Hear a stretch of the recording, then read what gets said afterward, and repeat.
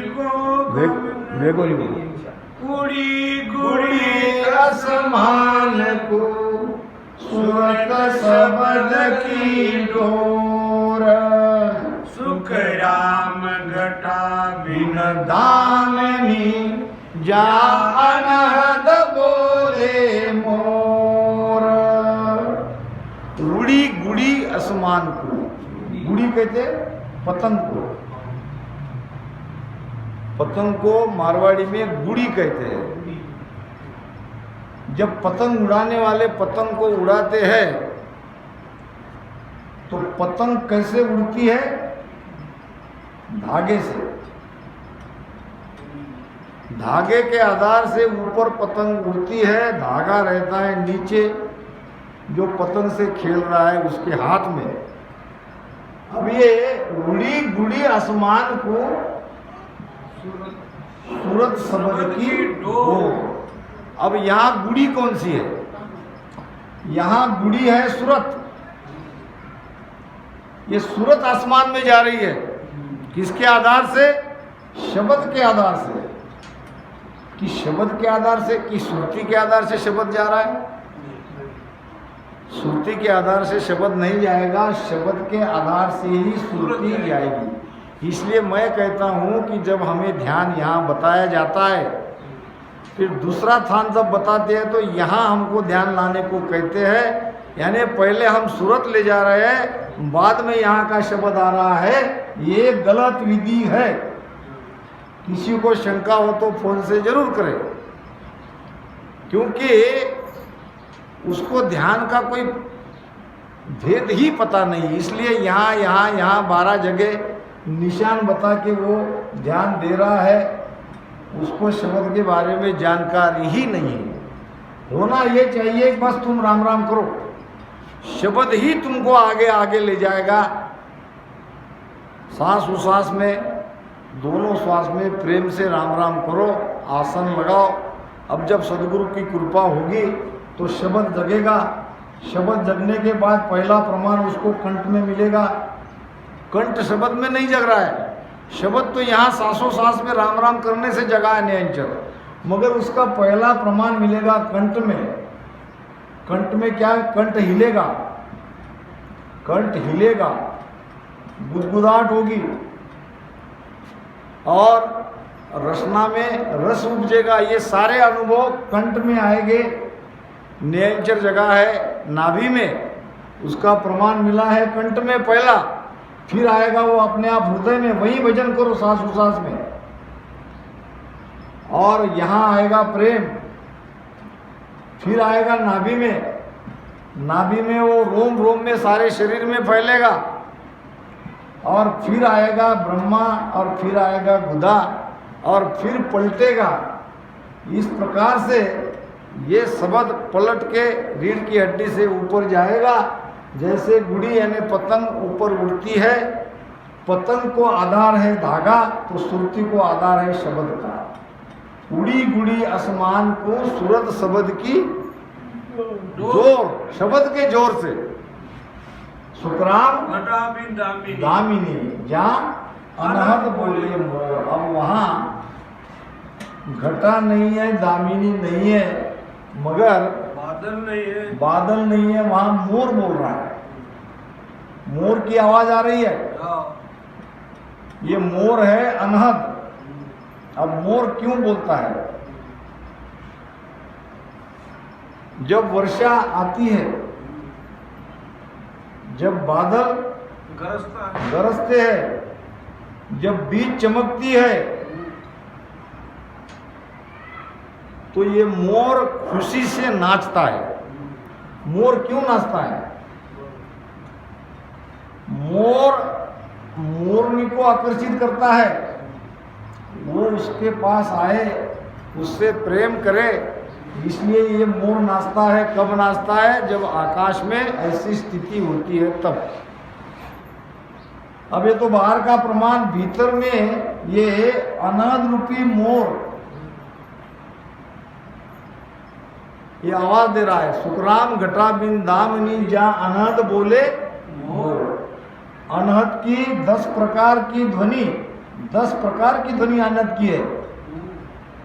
उसमें मृदुंग है, उसमें बांसुरी है, उसमें घुंघरू की आवाज़ है, उसमें की भंवर की गुंजार है। ऐसे कई प्रकार के बाजे बजते दिखाई देते हैं। ये सब अनहत के हैं और ध्यान में ये सब अनुभव आता है। सुख रामदास देह किंगरी नाड़ भई सब तार, राग छति सुतरे कोई गे बजावन हार। सुख रामदास देह किंगरी किंगरी। किंगरी क्या है? बाजा है। बाजा है, किंगरी है बाजा। राजस्थान में जो ऐसे ऐसे ऐसे ऐसे चलाते हैं। अब उसमें रहता कुछ नहीं है, मगर अगर बजाने वाला अगर कलाकार है तो 36 प्रकार के राग रागिनी इस किंगरी बाजे से वो निकाल दे। तो भजन के प्रताप से ये देह किंगरी बाजा बन जाता है। कहीं कहीं महाराज ने इसको किंगरी बाजा कहा है, कहीं कहीं बीना कहा है। धीरज धर लंगोटी जरना आड़बन मत मेरे रामा। धीरज धरन लंगोटी जरन आड़बन मत मेरी। आदेह बिना तात सब नाड़ी, आदेह बिना तात सब नाड़ी। राग अनाहद घेरी ओ राजा, ऐसा भेक हमारा वेदी जके बलि विद जाने। वेदी जके बलि विद जाने, कर मिल के न सारा। राम रटे परमेश्वर प्यारा, रे कर मासु न्यारा। देह बिना, देह है बिना। बिना भी एक हथियार है, एक वाद्य है, संगीत का हथियार नहीं। एक बजाने का एक वाद्य है जिसको बिना कहते हैं। ऐसी रीति यहाँ उसको तार रहते हैं। तो ये शरीर है बिना बाजा, और शरीर के अंदर जो नाड़ियाँ है ये तार है। आ देह बिना तात सब नाड़ी, तात नाम तार। और राग अनाहत घेरी। अब इसमें अनहत की ध्वनि सुनाई देती है। उसमें 36 प्रकार के राग रागिने सब सुनाई देते हैं इसी शरीर में। कोई गेब बजावना, और बजाने वाला गेब नाम गुप्त है। बजाने वाला दिख नहीं रहा है मगर बज तो रही है। कोई गेब बजावन हार, कोई गुप्त बजाने वाला है, उसको गेबाऊ कहते हैं, गेब कहते हैं। अजब तमाशा देखिया तन भीतर मन माय, सुख राम जगत का ख्याल पर अब मन जावे नाय। अजब तमाशा, ये अजब तमाशा अनुभव में आता है। अब क्या है अजब तमाशा? संसार में 7 अजूबे हैं। 7 अजूबे में हमारा एक ताजमहल है, एक चीन की दीवार है। अब ये दुनिया में ऐसे 7 प्रकार के अजूबे बने हैं, मगर एक ध्यानी को ऐसे कई अजूबे, कई अचंभित करने वाली कई तमाशे ध्यान में दिखते हैं। अब सबसे बड़ा ध्यान लगने का प्रमाण, कोई कितना भी कहे मगर ये अजब तमाशा कोई देख नहीं सकता। अजब तमाशा देखिया तन भीतर मन माय, तन के भीतर मन ने ये तमाशा देखा। क्या देखा? सुखराम जगत के ख्याल पर, जगत क्या क्या कर रहे हैं, जगत के रंग ढंग पर, जगत के ख्याल पर या दुनियादारी पर अब ये मन नहीं जाता। अब उसको कितना भी समझाओ वो आएगा यही। ये बहुत बड़ी उपलब्धि है। संसार छोड़ने से छूटता नहीं, या संसार के रंग ढंग सभी को थोड़े बहुत अच्छे लगते हैं, मगर ये शब्द के प्रताप से अब संसार के किसी भी कर्मियों के तरफ, किसी भी उपाय के तरफ, किसी भी रंधन के तरफ ये मन जाता नहीं। अब मन में पक्का विश्वास हो गया। अब मन जावे सुखराम जगत के ख्याल पर, अब मन जावे ना। जगत तमाशे लग रहा आन माया के संग, सुख रामदास जा रम रया अनहद बाजे जन। अब ऐसे ध्यानी को जगत की भक्ति, या जगत जो भक्ति करता है, जगत किसकी भक्ति करते हैं? आन माया की, आन की उपासना, माया की भक्ति जो संसार वाले कर रहे हैं, एक ध्यानी को वो कैसी लगती है? तमाशे की जैसे। ये क्या कर रहे हैं?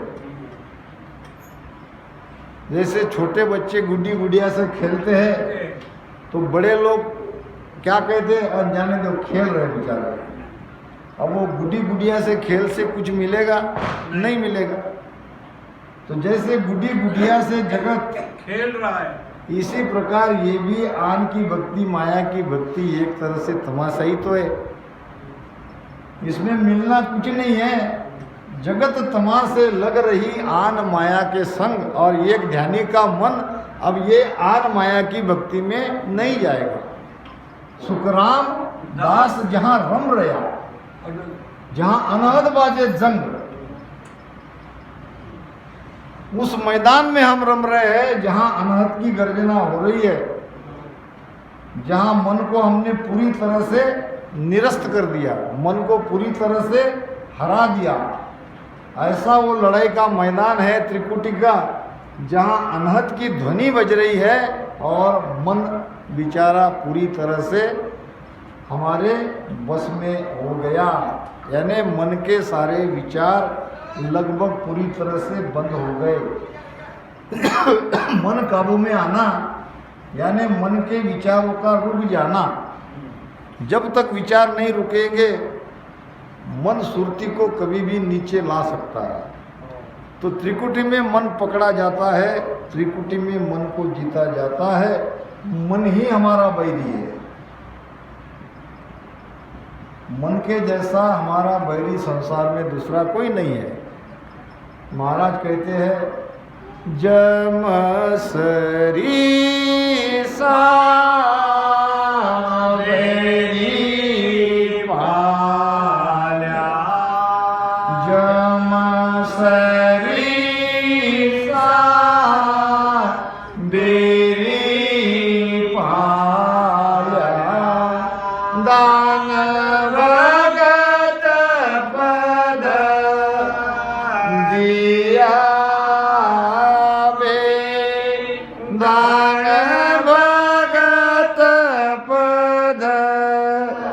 दिया विष की घागर फोड़ जटारी,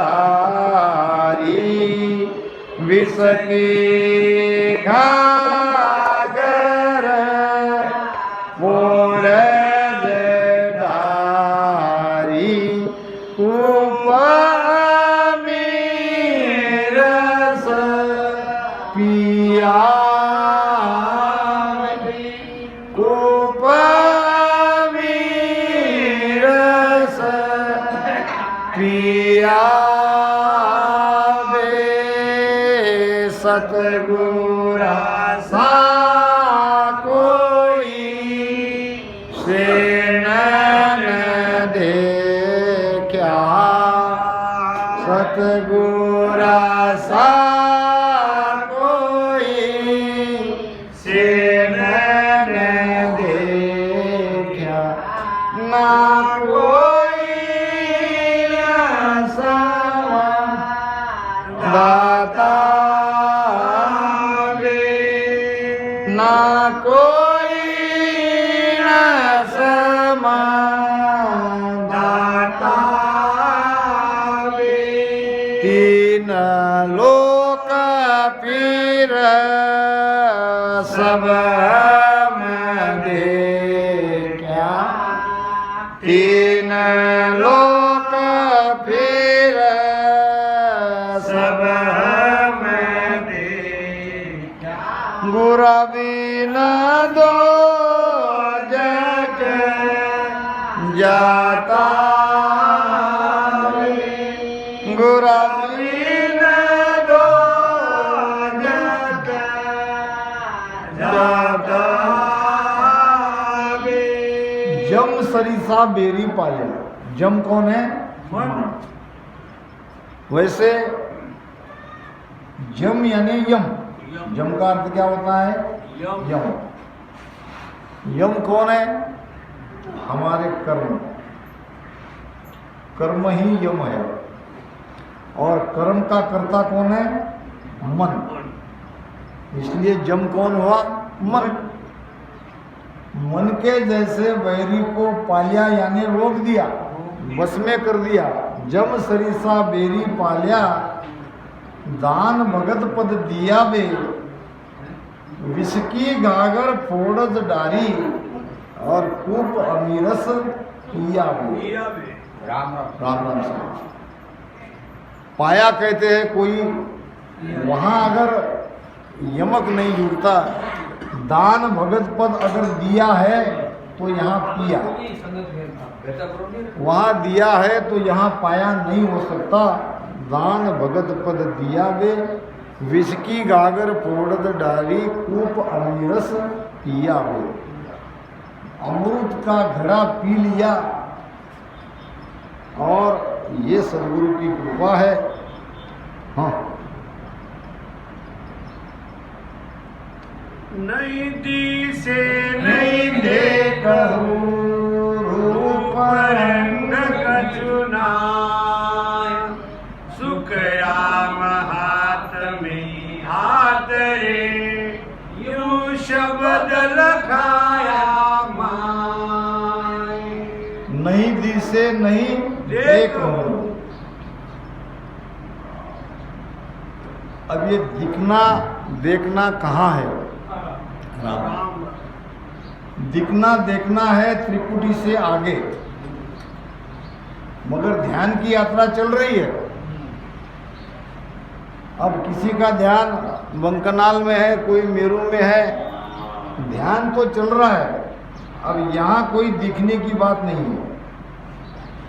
नहीं दिसे नहीं देखो, न कोई मुझे दिख रहा है, न मैं कुछ देख पा रहा हूँ। रूप रंग कछु नाय। क्यों नहीं देख रहे?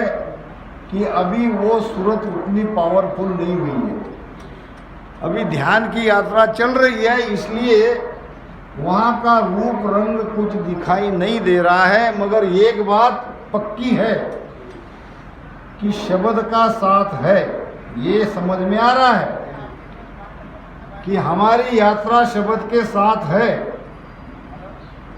अब शब्द दिख नहीं रहा है, शब्द को आकार नहीं है, फिर शब्द की यात्रा हमारी कैसे चल रही है? तो सुखराम हाथ में हाथ रहे, जैसे अंधेरे में हाथ को हाथ का स्पर्श होता है, तो इस स्पर्श से हम समझ लेते हैं कि कोई दूसरा व्यक्ति है जो दिख तो नहीं रहा है, मगर हाथ से उसका स्पर्श जरूर हो रहा है। इस प्रकार शब्द के अनुभव से हमारी यात्रा निरंतर ऊपर बढ़ रही है, ये समझ में आ रहा है। कुछ दिखे या न दिखे, इससे ये नहीं समझ लेना है कि शब्द जगह नहीं है। शब्द जागरूक है, शब्द की अनुभूति हो रही है। जैसा अंधा अपने स्पर्श से देख लेता है, इसी प्रकार हमको शब्द के अनुभव से शब्द की पहचान हो जाती है। सूरत हमारी माकड़ी तार हमारा सास, मन पवना घर लायक, सुखदेव चढ़ा आकाश। ध्यान कैसे करना है? सूरत हमारी माकड़ी, ये सूरत है माकड़ी। माकड़ी चलती है तार के आधार से। माकड़ी तार के ऊपर से चलती है। तो यहाँ है सूरत माकड़ी और तार है श्वास। अब श्वासा की गति तो नाक से नाभि तक, नाभि से नाक तक, क्या यही सूरत चलेगी? क्या नहीं। अब इसको तुम समझो थोड़ा डिटेल में, किस पवन के आधार से सुरती ऊपर चढ़ती है और क्यों श्वासोश्वास में भजन करना पड़ता है।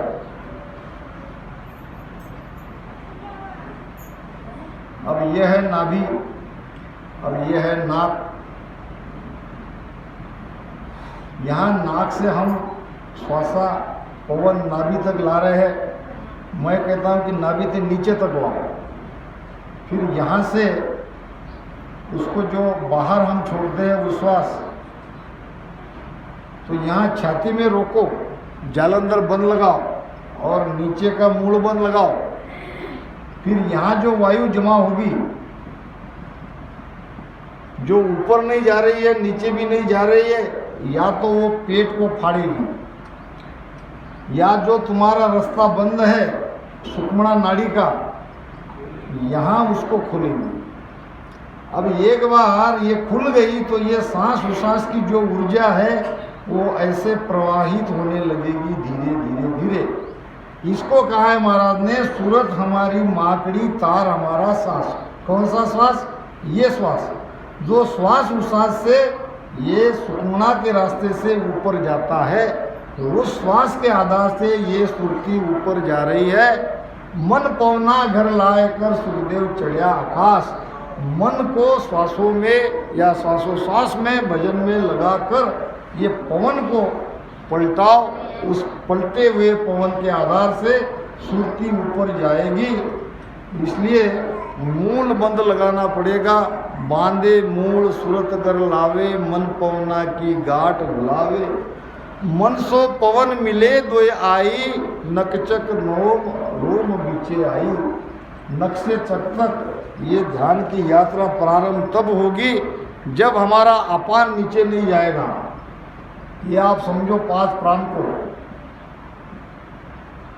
ये 5 प्राण में जो कंठ पे है उदान, हृदय पे है प्राण, नाभि में है समान, समान वायु है नाभि में, और गुदा पे है अपान, और सारे शरीर में व्यापक है व्यान। ये 5 प्राण का ध्यान में बहुत बड़ा काम है, इसको समझ लो। ये हृदय के प्राण को 10वें द्वार के बाहर निकालना है। कैसे निकालोगे? तो ये सब श्वासों के आधार पर है। एक श्वास लेते हैं तो ये 5 प्रकार के 5 प्राण अपना कार्य करते हैं। कंठ का काम है यहाँ से मस्तक में माइंड तक संवेदना पहुँचाना। प्राण का काम है धड़कना। समान का काम है सारे शरीर में सबको बांटना। और अपान का काम है शरीर में जो एक्स्ट्रा है जिसकी ज़रूरत नहीं है उसको बाहर निकालना। और व्यान का काम है वो तो सारे शरीर में जॉइंट में वो व्यापक है। जब प्राण की कमी शरीर को होती है तो ये व्यान प्राण का काम करता है। तो जब अपान वायु बाहर निकलता रहेगा तो पिछम का रास्ता खुलेगा भी नहीं और पिछम से पवन पलटेगा भी नहीं। या तो गुदा को सिकुड़ के बैठो, जब श्वास छोड़ते हैं तब सिकुड़ने की आवश्यकता नहीं, वो अपने आप ऐसी हो जाती है। जब श्वास भीतर में भरते हो तो गुदा को सिकुड़ो, यानी ऐसी पैक करके रखो, फिर भी वहां से वायु जाने का खतरा रहता है। फिर उसको दाएं पैर की एड़ी से बंद करो, यानी आपका अपान नीचे नहीं जाएगा। यानी जो हम श्वास उश्वास में भजन कर रहे हैं वो भजन गुदा से बाहर नहीं जाएगा। और फिर यहाँ जो प्राण वायु है उसको ऊपर भी चढ़ने मत दो, उश्वास के द्वारा वो बाहर निकल जाएगा। तो ये दाढ़ी को यहाँ लगाओ, पेलो बंद लगो जालंदर नाव नाबगर आया, दाढ़ी मिले आन सूटी सु साहेब माया लखाया। ये यहाँ आके नहीं मिलेगी, एकदम झुक नहीं जाना है। नाभि की और दाढ़ी की दिशा एक आनी चाहिए। इसको कहते हैं जालंधर बंद, मूल बंद और जालंधर बंद। और तीसरा उड्यान बंद। ये पेट को पीठ की तरफ ले जाओ, जब लग पेट पीठ नहीं लागे तब लग ब्रह्म अगन नहीं जागे। संत वाणी में ये प्रमाण आया है। तो ये तीनों बंद लगा के जब भजन करोगे तो बिल्कुल ये सुषुम्ना खुलेगी और सुषुम्ना खुलने के बाद उसमें से प्राण ऊपर चढ़ेगा। तो महाराज कहते हैं सूरत हमारी माकड़ी तार हमारा सांस, मन पवना घर लाए कर सुखदेव चढ़िया आकाश। महाराज ने जैसे भजन किया वैसा ही भजन हमको करना पड़ेगा। पीठ फाड़ ऊंचा चढ़ा बंकनाल निज माय, सुख राम धर्म सूझी कर तिरवेणी में नाय। पीठ फाड़ यानी पीठ को फाड़ना है, अंदर से पीठ को ये शब्द फाड़ता है। अब कैसे फाड़ता है? कहीं न कहीं खून निकलना चाहिए था, जब फटा है शरीर में तो अब ये तो दिखता नहीं है। फिर पीठ को कैसे फाड़ा? पीठ को ऐसे फाड़ा, केवल दर्द होता है, बहुत जोरदार दर्द होता है। अब इसके लिए आपको बंकनाल को समझना पड़ेगा। बंकनाल हमारी कैसी है? बंकनाल को ही सुषुम्ना कहते हैं। ये रीढ़ की हड्डी से ये है हमारी बंकनाल। यहाँ है मेरू और यहाँ है हमारा गुदा। तो यहाँ ये सुषुम्ना नाड़ी है बंकनाल के भीतर से ऐसी जा रही है और इसके आजू बाजू है ईड़ा पिंगला, दाई बाई ओर से ईड़ा पिंगला जा रही है। अब ये सुषुम्ना में जगह जगह गांठ है, 6 गांठें महत्वपूर्ण है यहाँ तक। अब जहाँ गड्ढा है या कुछ भाग शरीर का सामने आ रहा है वहीं पर ये गांठें है। जैसे यहाँ कंठ में गड्ढा है तो यहाँ वो गांठ है कंठ की, इसको कहते हैं विशुद्ध चक्र। विशुद्ध चक्र कब खुले? जब कंठ का यहाँ पे जो गांठ है वो अगर खुल गई, यहाँ सब नाड़ियाँ एक में जमा हुई है, और दूसरा फिर हृदय में, यहाँ जो गड्ढा है ये हृदय की गांठ है पीछे। फिर यहाँ पे नाभि में भी गड्ढा है, नाभि की गांठ ठीक यहाँ पीछे है। फिर लिंग स्थान पर भी वहाँ अगर आप ऐसे टच करोगे तो वहाँ गड्ढा गिरेगा, वो उसकी गांठ है वहाँ नीचे, और गुदा तो वहाँ जगह ही है। तो इस प्रकार ये 6 चक्र की 6 गांठ है, इसी को कहते हैं मेरुदंड। क्या कहते हैं इसको? मेरुदंड यानी 6 चक्र का छेदन करना। किशन दास की महाराज की वाणी में ये बात आई है, वाणी किसी के पास है तो उसको देख लो।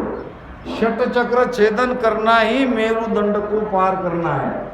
महाराज कहते हैं मेरुदंड जहाँ घाटी हो, ऐसी अमर न बाटी हो, अड़ा पिंगला जागी हो, अनहद नौबत बाली हो, 4 मास जुग झूंझा हो, तब घर आदू सूझा हो, तीरकुटी तर विराजे हो, अब जन सुख देव गाजे।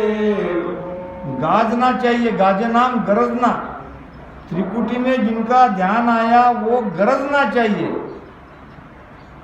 हमारा तो पता भी नहीं चलता कब त्रिकुटी से 10वें द्वार में चले गए।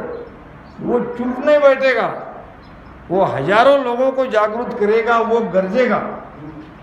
त्रिकुटी तख्त विराजे हो, अब जन सुखदेव गाजे हो। जिसका ध्यान त्रिकुटी में आया है वो चुप नहीं बैठ सकता। जा पाया तत्भेद प्रगट सो किया पसारा, शिष चेला संग थाय ज्ञान सो ग्रंथ विचारा। ठाम ठाम पर धाम जुग सो मेला किया, भिन्न भिन्न कर समझाए भेद परमात्म दिया। लादो सोई कह गया प्रगट जुग के माय, और पायो जा सुखराम कहे कहो कौन रखो छिपाए। हमारे पहुंचने वाले बहुत हैं मगर बता कोई नहीं रहे। बताना चाहिए, वो बताएंगे। अगर बता नहीं रहे तो वहां पहुंचने का भी उनका कोई पक्का प्रमाण नहीं कह सकते। अपने आप को उसने समझ लिया, वाणी से उनका ज्ञान मेल नहीं खा रहा है। इसलिए ये सब बातें हमको समझना है।